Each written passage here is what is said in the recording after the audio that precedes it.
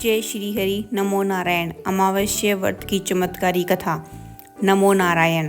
प्रिय साथियों, मार्गशीर्ष मास भगवान विष्णु को अत्यंत प्रिय है। इस मास की अमावस्या पर किया गया व्रत हर संकट का नाश करता है और जीवन में दिव्य प्रकाश लाता है।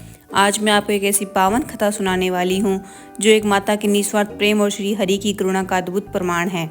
बहुत समय पहले एक शांत और धार्मिक गांव में एक दंपति रहता था, रामू और सुनीता। उनका एक ही पुत्र था, नन्हा गोपाल। वही उनकी दुनिया, उनकी मुस्कान, उनका जीवन था। एक दिन पास के जंगल में लगने वाले बड़े मेले में वे तीनों साथ गए। गोपाल ने वहां से एक लकड़ी का छोटा सा घोड़ा लिया और खुशी से उछलता रहा। लेकिन अचानक मेले में भारी भीड़ उमड़ी। क्षण भर में गोपाल हाथ से छूट गया और देखते ही देखते भीड़ में कहीं खो गया। रामू और सुनीता पूरी रात मेले में भटकते रहे। हर बच्चे को देखकर एक ही आवाज निकलती, गोपाल मेरे लाल तुम कहाँ हो। लेकिन गोपाल कहीं नहीं मिला। दिन बीतते गए, हफ्ते महीनों में बदल गए और सुनीता की आंखों से आंसू सूख चुके थे। महीनों बाद मार्गशीर्ष अमावस्या आई। गहन अंधकार की रात। सुनीता ने निर्जला व्रत किया। पूरी रात भगवान विष्णु की मूर्ति के सामने बैठकर रोती रही। वह बोली, हे श्री हरि, मैं अपने पुत्र को वापस नहीं मांगती, बस उसकी रक्षा करना। जहाँ भी वो सुरक्षित रहे, भूखा न रहे।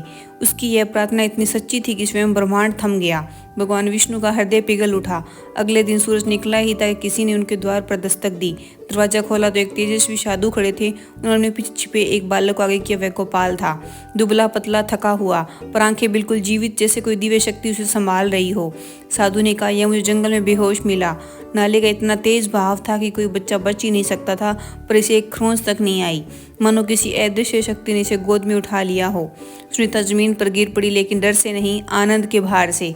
गोपाल ने कहा, मैया, जब मैं गिर रहा था किसी ने मुझे पकड़ लिया था, जैसे कोई भगवान। सुनीता समझ गई, यह वही कृपा थी जिसकी याचना उसने अमावस्या की रात को की थी।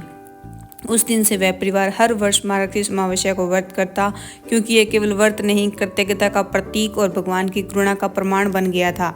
जय श्री हरि नमो नारायण।